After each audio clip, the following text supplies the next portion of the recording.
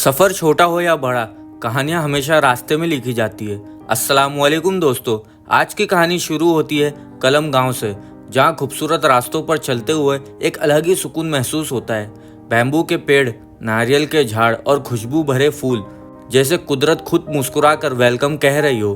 रास्ते में मंदिर, मस्जिद और चर्च सब मिलकर ये दिखाते हैं कि वसी विरार की खूबसूरती सिर्फ समुंदर में नहीं, इंसानों के दिलों में भी है। यहाँ के रिजॉर्ट और वाटर पार्क्स में चलती हंसी और शानदार घरों के आंगन में महकती जिंदगी, ये सब मिलकर इस जगह को एक जिंदा तस्वीर बना देते हैं। आगे हमने देखा राजौड़ी और अरनाला बीच, जहाँ शुरू होती है यादों की एक नई रोशनी। शानदार ऊंट, घुड़सवारी और समुंदर की लहरों के बीच ये सफ़र बस एक ट्रैवल नहीं, एक महसूस करने वाली जगह है। कलम से अरनाला तक हर कदम पर जिंदगी का एक नया रंग। तो कलम गांव से अरनाला बीच तक का सफ़र शुरू हो चुका है और वहां पहुंचने के लिए कलम राजौड़ी रोड से होते हुए सीधा हम पहुंचेंगे अरनाला बीच तक। ये मिट्टी की खुशबू, ये पेड़ों की छाँव, जैसे कुदरत ने अपने हाथों से लिखी हो एक सुकून भरी कहानी। हर कोने में हरियाली की मुस्कान है, गांव के खेतों में जिंदगी का गीत और हल्की सी ठंडी हवा। कभी फूलों की खुशबू से महकता ये मंजर, तो कहीं सपनों सा खूबसूरत घर, एक जीती जागती तस्वीर जिसे कहते हैं गांव की जिंदगी। यहाँ ना शहर का भागदौड़ है, ना हवाओं का शोर, सिर्फ कुदरत का प्यार है और दिल को सुकून देने वाला माहौल। राजौड़ी के रास्ते पे चलते हुए हमने देखा क्रिश्चियन मेडिटेशन सेंटर, जहाँ क्रिश्चियन सुकून पाने आते हैं और यहाँ क्रिश्चियन पॉपुलेशन अच्छी खासी है।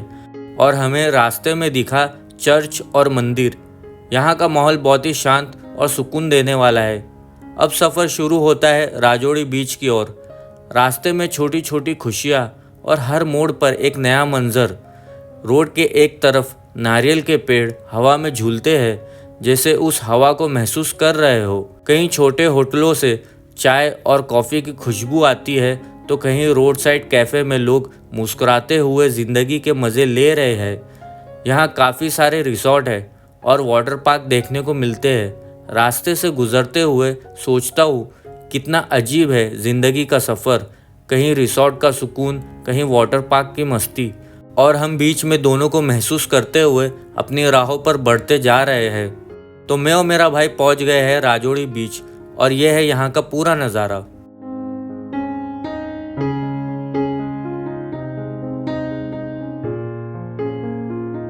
राजौड़ी बीच विरार के वेस्ट साइड में है और नाला सुपारा से सिर्फ कुछ ही किलोमीटर दूर है।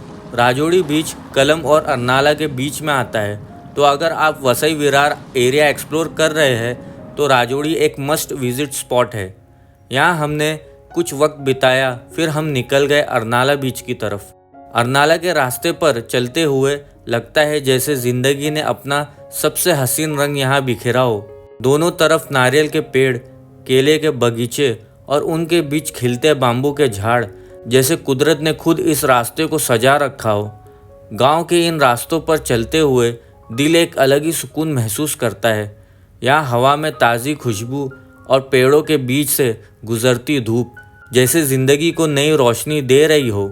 रोड के दोनों तरफ खेतों की हरियाली, साफ रास्ता और खुला आसमान, ये सब मिलकर बना देते हैं एक तस्वीर जिसे आंखों से नहीं, दिल से महसूस किया जाता है। इस सफ़र का हर मोड़ एक नई कहानी लेकर आता है और हर नज़ारा कहता है यहाँ सब कुछ अपना सा लगता है। ये सड़क ले जाती है उन रास्तों पर जहाँ दिल खो सा जाता है। शहर भूल जाता हूँ जब यह रास्ता देखता हूँ, क्योंकि यहाँ हवा भी मुस्कुराती है। थोड़ा आगे बढ़ते ही अरनाला का चर्च दिखाई दिया और रास्ते के किनारे धूप में सूखते हुए झींगे समुंदर के करीब रहने वालों की मेहनत और ज़िंदगी का सच दिखाते हैं, जो बहुत ही काबिले तारीफ़ है। और ये हम पहुंच गए अरनाला बीच। अंदर आते ही एक तरफ है फूड स्टॉल्स और राइट साइड में है अरनाला बीच, और सामने है पेड़ों से भरा रास्ता जहां लोग अपने दोस्त और परिवार के साथ बैठकर अच्छा वक्त बिताते हैं। और यहाँ पर काफ़ी सारे सी फूड भी अवेलेबल है। बीच के एक तरफ लंबे नारियल के पेड़ जो हवा के साथ झूलते हुए अपनी खुशबू से पूरे मंजर को ताज़ा बना देते हैं। यहाँ लोग रेत पर बैठे गोला खा रहे हैं और यहाँ लेफ्ट में है अरनाला का पुलिस स्टेशन। यहाँ साइड में लोग अपना वीकेंड एंजॉय कर रहे हैं, कोई अपने दोस्तों के साथ खाना बना रहा है और दूसरी तरफ है अरनाला बीच जहाँ लहरों का शोर है। साइड में खिलते हुए कैक्टस के पौधे अपनी अलग ही खूबसूरती दिखाते हैं। धूप की रोशनी में चमकते हुए ये जगह कमाल लगती है। समुंदर के किनारे एक ऊंट आराम से बैठा है, जैसे दिन भर की थकान के बाद अब उसे भी थोड़ी देर का सुकून मिल गया हो। लगता है जैसे वो भी समुंदर की बातें सुन रहा हो। और यह है अरनाला बीच का पूरा नज़ारा।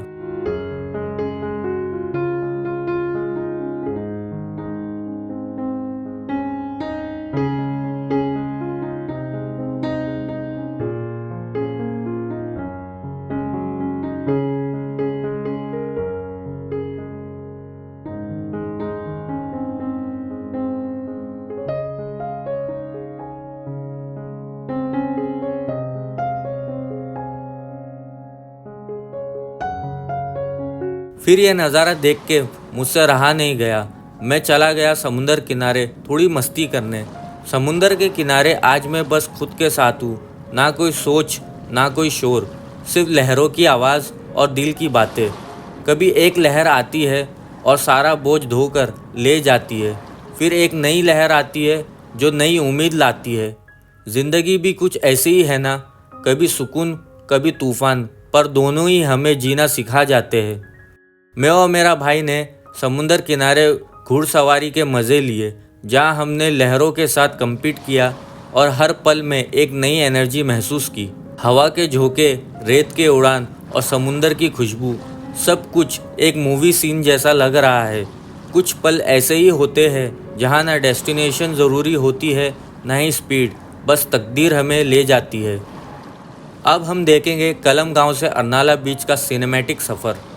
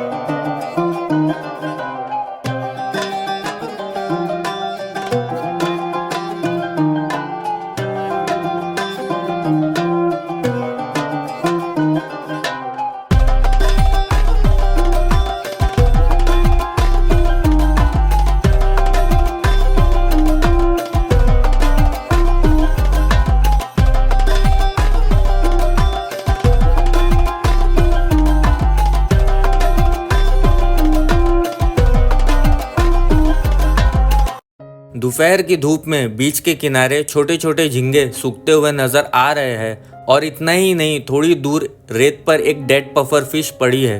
ये मंजर एक याद दिलाता है कि समुंदर सिर्फ खूबसूरत नहीं, जिंदगी का असली रूप भी दिखाता है, मेहनत, जीवन और खामोशी का संगम। फिर हम अरनाला बीच से रवाना हो गए। गांव की खूबसूरती को देखते देखते हमें दिखा सतपाला में एक खूबसूरत मस्जिद जिसका नाम है मदीना मस्जिद।